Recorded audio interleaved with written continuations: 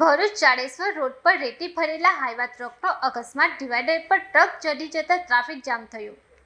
ભરૂચના જાડેશ્વર રોડ પર અય્યાપ્પા મંદિર નજીક દુબઈ ટેકરી પાસે રેતી ભરેલા હાઈવા ટ્રકનો અકસ્માત સર્જાયો હતો। પ્રાથમિક માહિતી મુજબ હાઈવા ટ્રક નંબર GJ16AU 9339ના ચાલકે સ્ટીયરિંગ પરનો કાબુ ગુમાવતા ટ્રક રોડના ડિવાઈડર સાથે ધડાકાભેર અથડાયો હતો। રેતી ખાલી કરતી વખતે અચાનક ટ્રક ડિવાઈડર સાથે અથડાતા રસ્તા પર અફરાતફરીનો માહોલ સર્જાયો હતો।